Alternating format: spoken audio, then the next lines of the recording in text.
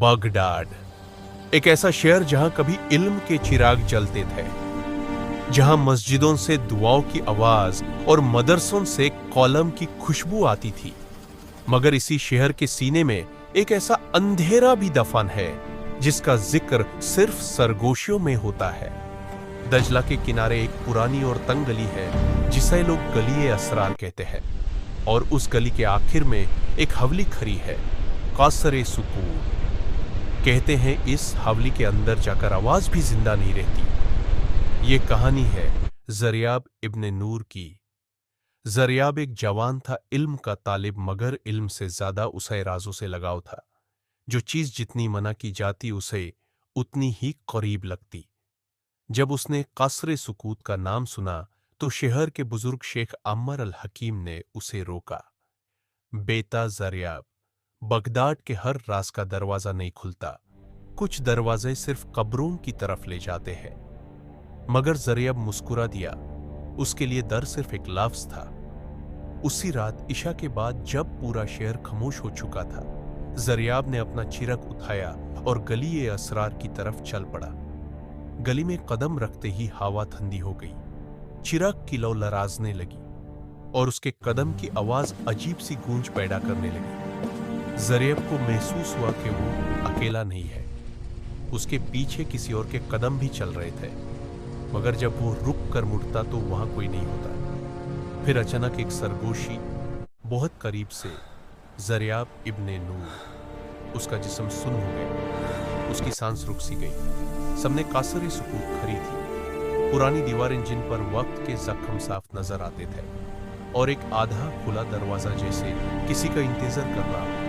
दरवाजे पर कुछ लिखा था, मगर खून के पुराने दाग अल्फाज छुपा चुके थे। ज़रियाब ने जैसे ही दरवाजे को छुआ, धर दरवाजा जोर से बंद हो गया। अंदर ना हवा थी ना आवाज, सिर्फ एक बोझल खामोशी जो कानों पर वाजन बनकर गिरती। ज़रियाब ने आगे कदम बढ़ाया। कौसर के अंदर एक कमरा था जहां चारों तरफ शीशे ही शीशे थे। उसने शीशे में अपनी शक्ल देखी, मगर एक शीशा ऐसा था जहां उसका अक्स रो रहा था, और उस अक्स के पीछे एक औरत की रूह खड़ी थी।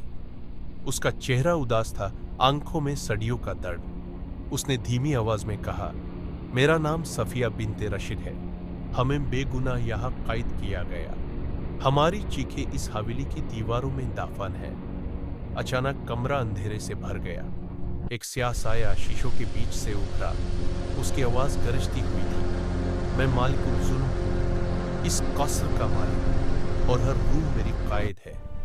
दीवारों से रूहें निकल आई, बुढ़े, औरतें, बच्चे, सबकी आंखों में सिर्फ शिकवा और दर्द था। ज़रियाब चीखना चाहता था, मगर उसकी आवाज उसके हलक में ही मर गई। उसके हाथ से चिराग निकल गया, रोशनी बुझ गई और अंधेरा सब कुछ निकाल गया। वक्त जैसे रुक चुका था। हर तरफ सिर्फ एक ही आवाज गूंज रही थी, जो सच देख लेता है वो यहीं रह जाता है। फिर खामोशी। सुबह हुई, बगदाद जाग उठा। शेख अम्मर अल हकीम जब गालिए असरार से गुजरे तो उनकी नजर कसरे सुकूत के दरवाजे पर पड़ी। वहां खून से लिखा एक नया नाम था, ज़रियाब इब्ने नूर। ज़रियाब कभी वापस नहीं आया, और आज भी बगदाद में कहा जाता है, अगर रात के सन्नाटे में कोई तुम्हारा नाम ले और आवाज पहचानी हुई ना हो तो कभी मुड़ कर मत देखना, क्योंकि कासरे सुकूत अभी भी नए महल